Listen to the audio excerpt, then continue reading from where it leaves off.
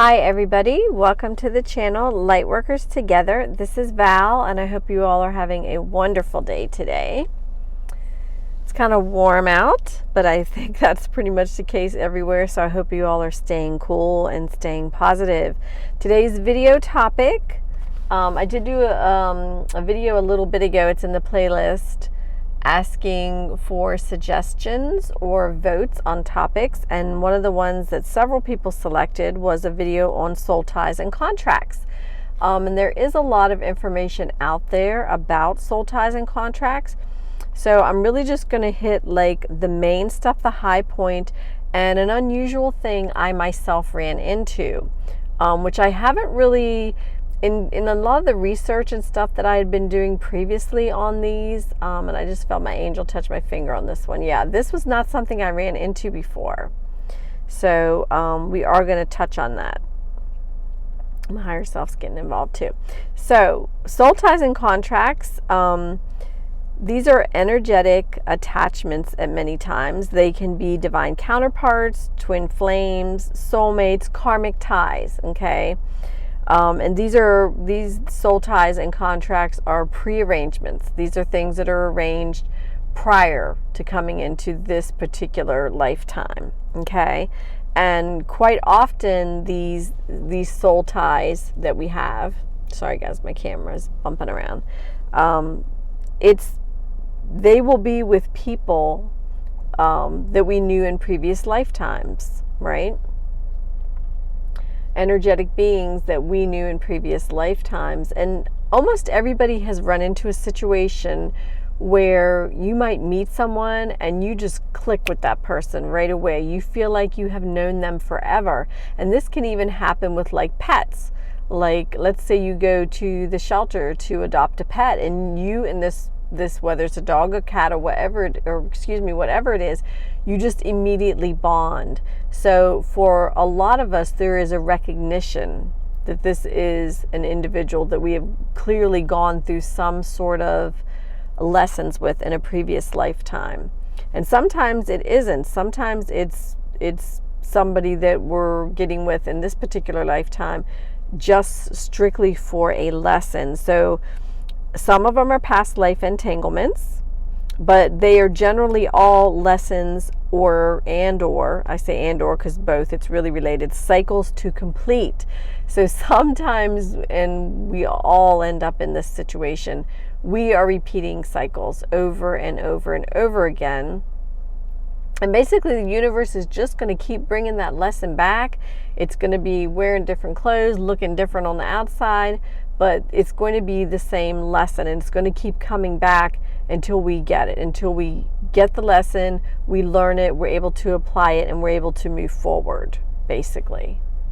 You know what I mean? So until we close out that cycle, it's going to keep coming back for us. So it's another really good reason to stay present in what's going on. This is something I'm constantly trying to keep my awareness in the present. And, people or situations that come into my life, doors that open for you, a lot of times it's not necessarily a door you walk through that you are meant to walk through and stay on that side of the door. A lot of times it's a lesson, which is something that happened fairly recently for me. And it was just, I was being tested to see if I was going to repeat an old cycle. And fortunately, I was about 3 days into it, and I was like, wait a minute,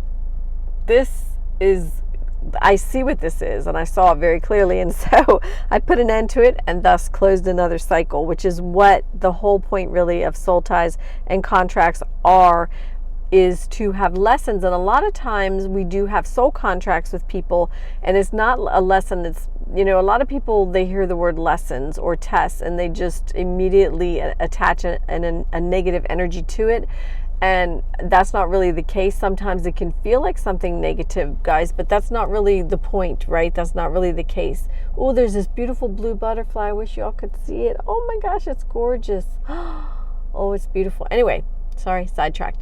A lot of our soul ties and things too happen to be the universe sometimes will send someone in for us to help us along our path. And so it might be just a beautiful, beautiful situation where this soulmate is coming in to help you on your path, and for you to help them, for you all to learn and grow together, and or you may be on a mission together, right? So part of your purpose for being here, your life mission, may be tied to someone else. And I just felt my higher self pinging me on that one. So I feel like that's the case for me.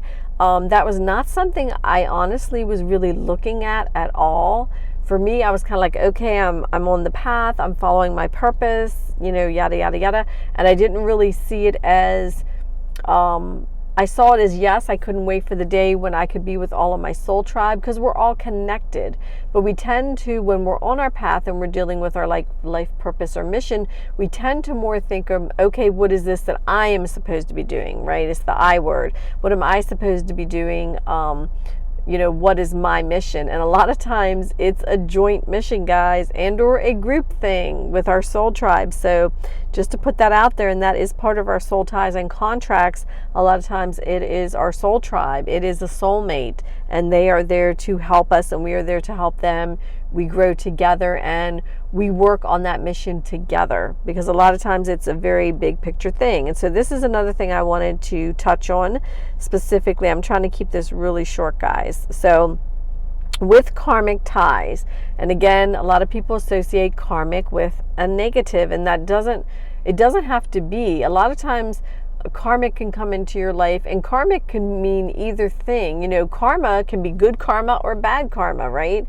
So a karmic tie, like literally, can be someone who is meant to come into your life at a time where you might be really, really struggling with something, and they only come in for a short time to shed light on something or to assist you with something. So it's good for us to kind of try and look at it that way and not be like, oh, karmic ties, that's a bad thing. Not necessarily, guys, not necessarily. Again, it can be assistance, it can be lessons. But with things that we know are karmic or are negative, that we know is a cycle that we need to end, there are oftentimes you need to do cord cutting. You need to do blocking. There's also another way to kind of tell if something is more of a negative karmic thing is if you're in some sort of soul tie or contract with someone and there's ghosting and all kinds of other things that are going on, which are massive red flags to you. Over time, you may need to practice some cord cutting, and that's energetic cord cutting. So, that's where you really visualize it. You give it all over to the creator and you cut that cord. You visually, energetically, and you have to have the emotion behind it when you do it. You cut that cord. So, and again, surrendering it a lot of times, and this was something that happened to me, so I will bring it up. There was definitely a very strong soul tie or attachment, okay? And it was something where I felt like it was going in a direction that was not for my highest good at all.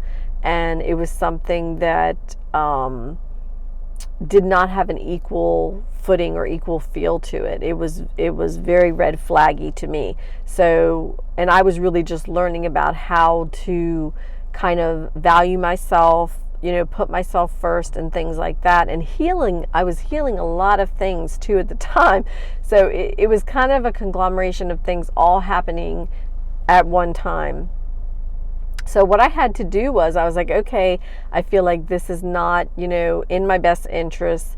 This is not for my highest good, and I really don't feel like it's for the other individual's highest good either. So, I need to energetically cut that cord. And I can tell you that I made attempts to like basically remove my energy from that other energy, which I did to a certain degree as much as I could. I attempted cord cutting multiple times, guys, multiple times. So if anybody else has run across this, drop a comment and let me know, because I haven't even run across this really in videos. There was one person that touched on it and said, sometimes if you have a situation like that, and that it means you're not ready to let go. Well, in my case, I was completely ready to let go of the situation, because I knew it was not in the best interest of anybody. And so finally I got the message from my angels that this was a bigger picture situation. And that was why I was unable to cut that cord. Because trust me, I tried, you all don't know, multiple times to cut that cord. And I was unsuccessful. And I had, I'm actually a very patient person. And I kind of was like, okay, this is a bigger picture thing. There is like a lesson in this for me or something. So I'm just going to, follow my path. I'm going to, stay on the path of love and peace and unity. And I'm just going to live my life and, kind of do the best I can do. But for anyone who has actually had an energetic cord and attachment where you physically can feel it, sometimes, psychically you are, communicating or can communicate with another individual. Sometimes it's not words, sometimes it can be, but sometimes you can feel the other individual's emotions and things like that. That's pretty tough to ignore. It's like it would be like, imagine you have like a radio or something where you can you're tuned into someone else, but it's like strapped to you at all times 24/7. So that's just like a little analogy for those who have not had that happen to them before. For those of us that have, generally cord cutting is a successful thing. You cut that cord, you're not energetically attached to that individual, in the 3D, 5D or whatever. You have broken that cycle. But in my case, I was told it was a bigger picture situation. And so I had to surrender it. I had to surrender it to the universe because I realized that it was completely out of my hands. And I'm not saying, I definitely had times where, and again, let me know if anybody else has gone through this, where I was frustrated because in my limited view, and I do try and look at things from other viewpoints or standpoints or whatever. And part of it I was told was for the benefit of the other individual who is energetically attached to me. It was for their benefit that we remain attached because there were some lessons or something that was being communicated or coming through. And for myself too, I'm sure. Although at the time I couldn't see it, and I just felt very, very frustrated by it. I had days where I was like, I don't understand this. I don't see any sense to it. I want this done and over. And, none of us are in a position to tell the universe what to do. I'm just putting that out there. So there are times where there really are soul ties and contracts that are for our highest good. And even if we feel like we are done with it, we feel like, and I was told I closed the cycle out, so I know that I did. There's something still to be done, and it could be the other energy, right? The other individual, they have not closed their cycle out. So sometimes you might still be energetically attached to someone even though you've done all the work that you need to do on your side, because there's something they still need, right? There's something that they still need to do. And so it's a lot of being patient with these things. And there are times where we may try and cut cords and we are not allowed to because we haven't closed something out. There's something that we haven't let go of. So, I would highly recommend, if anybody is in that situation, to go ahead and really dive within and look at your situation, look at the emotions, look at the feelings, and see, is there anything with this other energy that you are holding on to? Is there something that you just have not released all the way? Is there some piece of your heart that is still engaged and just can't let go? Because sometimes that's the case. And sometimes we don't even want to see it for ourselves, right? We don't. We're just like, nah, I've taken care of all this. I've released this. This is not for my highest good. I'm stepping off it. I'm cutting it. Chop, chop, chop. So I highly recommend just looking at those things. We all kind of can tap into our intuition. And you know when something is good for you and when something is not. And again, you know, if you are receiving red flags in any of your soul ties or your contracts, that is something not to be ignored, guys. Please don't ever ignore red flags. In the past, I was one of those people where I was like extremely, you know, if I love somebody, whether they were a friend, you know, whatever, romantic, whatever the situation, family, it doesn't matter.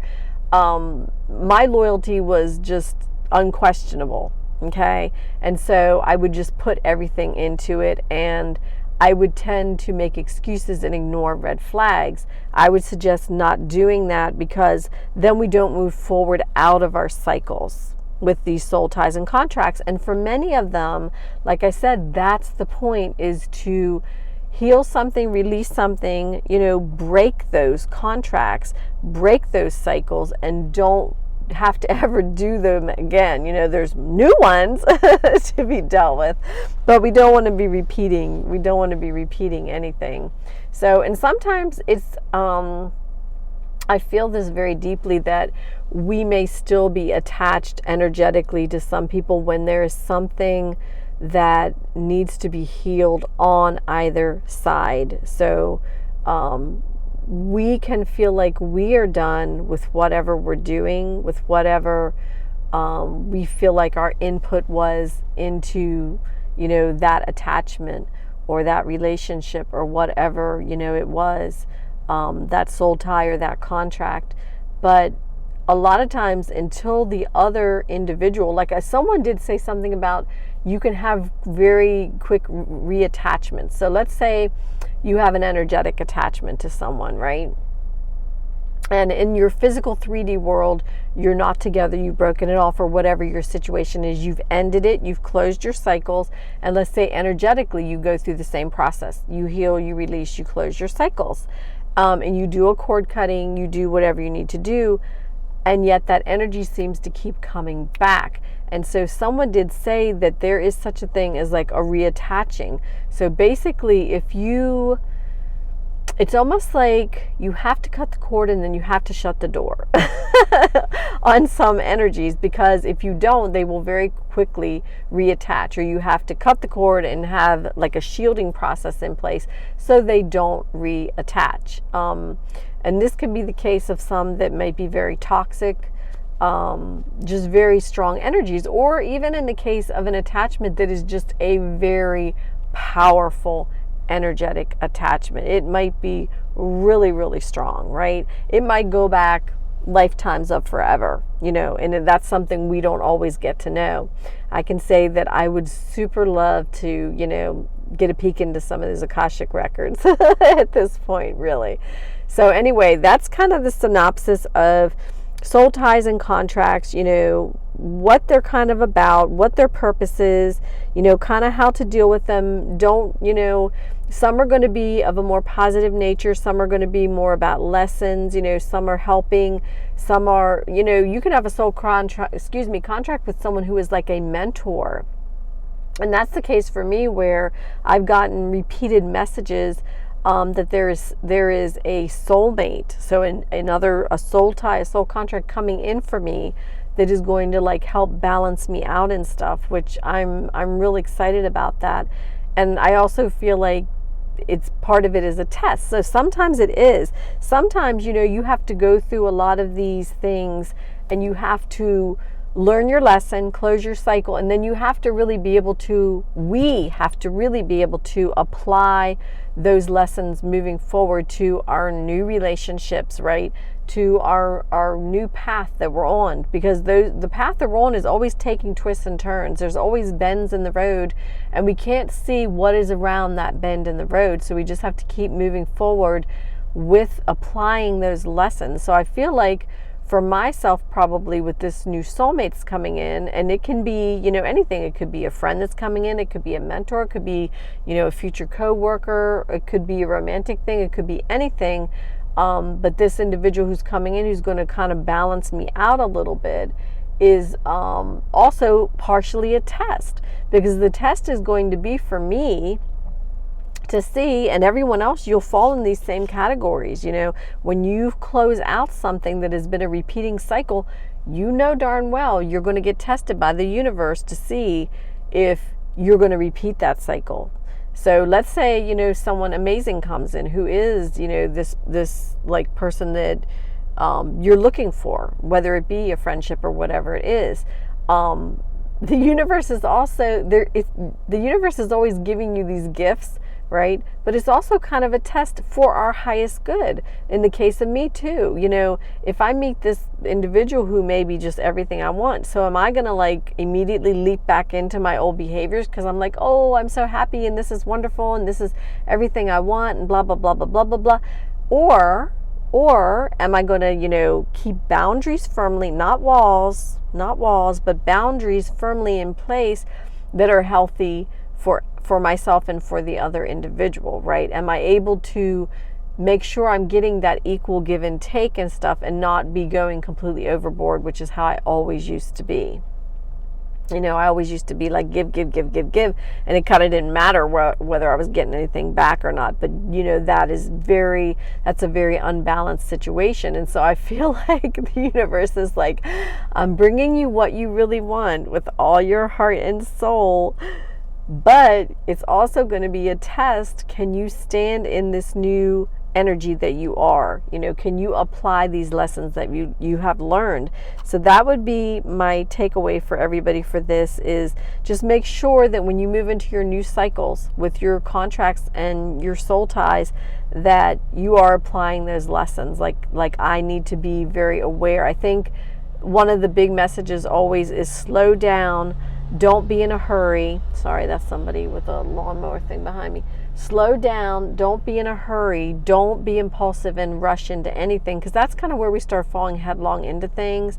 If we take our time with something and we allow our intuition to guide us in it, then we're going to be much better at not falling back into old behaviors and repeating cycles and then having to do things over again and again and again. So I wish everyone the very best of luck with all their soul ties and contracts, or whatever part of your path that you happen to be on. I hope everyone has a wonderful day. I'm sending you all love, peace, and unity. Please stay safe, stay well, and I'll talk to you again soon. Bye-bye.